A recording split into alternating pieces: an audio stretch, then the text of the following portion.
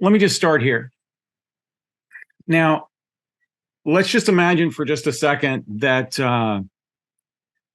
that David Sweet is sitting for deposition. He's an expert on a given claim. Okay.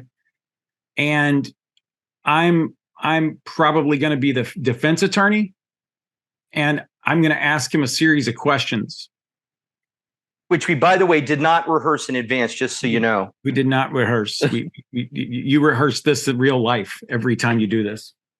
So, Mr. Sweet, could you tell me how exactly you manipulated the Xactimate software?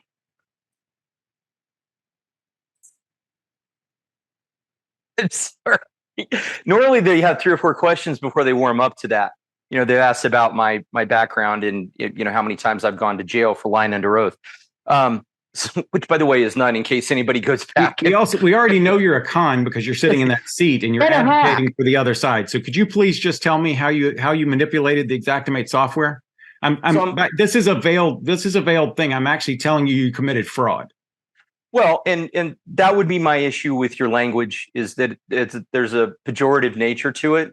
However, what we did do is we did take, per the manufacturer's actual end user licensing agreement and their instruction manual, and make the required adjustments to make the Xactimate valuation model actually take and represent the complexities, complications, unique conditions that were available on the project. And what's interesting is the suggestion that it's a manipulation is in reality actually it being used the way that the user directions say to use it. The manual identifies. Mr. Sweet, why does the industry not use? I mean, the industry uses the default price from Xactware. Why do you feel the need to alter that price when the entire industry uses that price? I mean, it's the de facto standard. It's the gold standard. That's what Xactimate's for. They have a pricing group that they use. Why do you feel like you have the right to change that?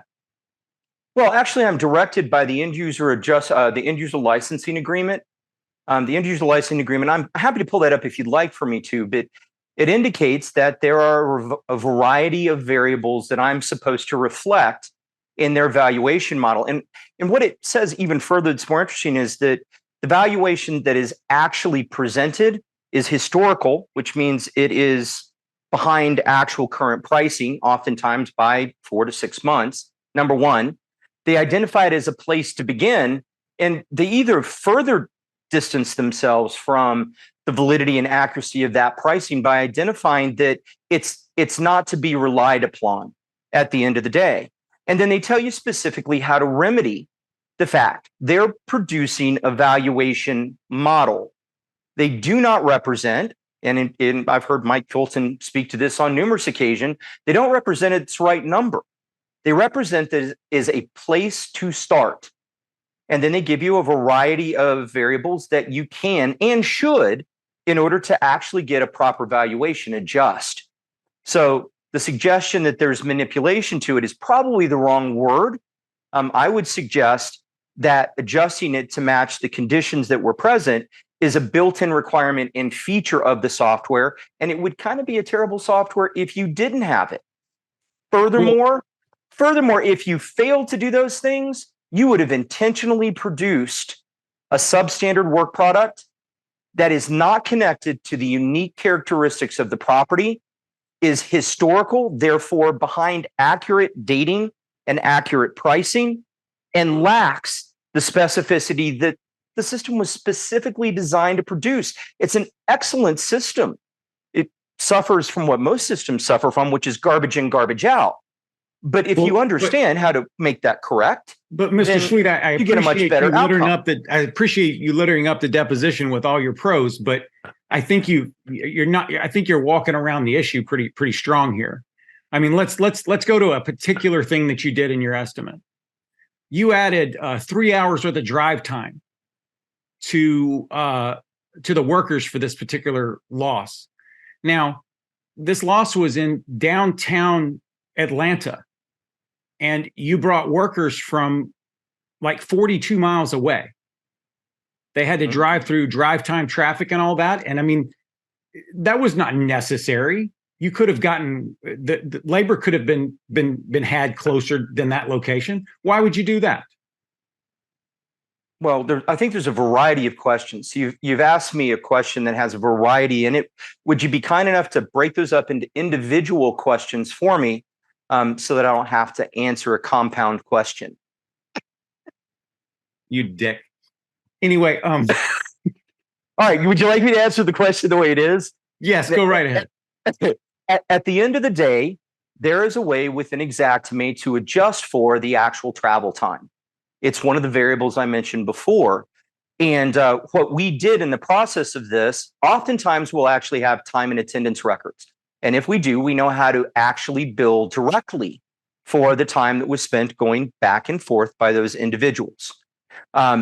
In this particular instance, we did not have that. We created 3 valuations, morning, noon, and night, to create 3 traffic conditions and how long a round trip would be between those 2 locations.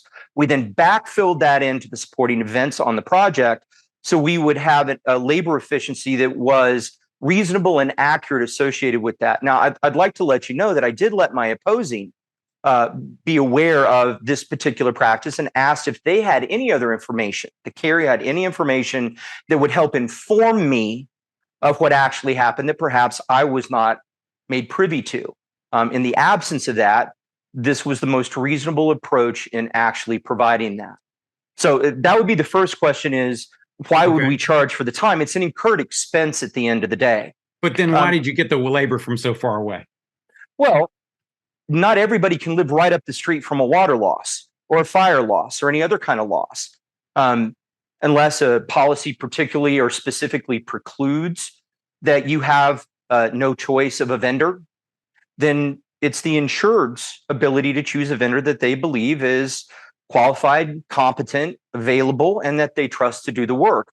Just so happened that these individuals had a short trip from someplace else. And oh, by the way, 3 hours round trip, you could have that depending on where you are in Atlanta or any major city without any significant mileage anyway. But it was, again, at the heart of it, incurred. The insured did have an option to do that. And to the best of my knowledge, just as a little aside, I'm not aware that there was any complaint made by the carrier or any other party as to having a contractor that respond from that particular area. So a variety of different answers in your compound question, but did I miss anything? You didn't. Thank you very much.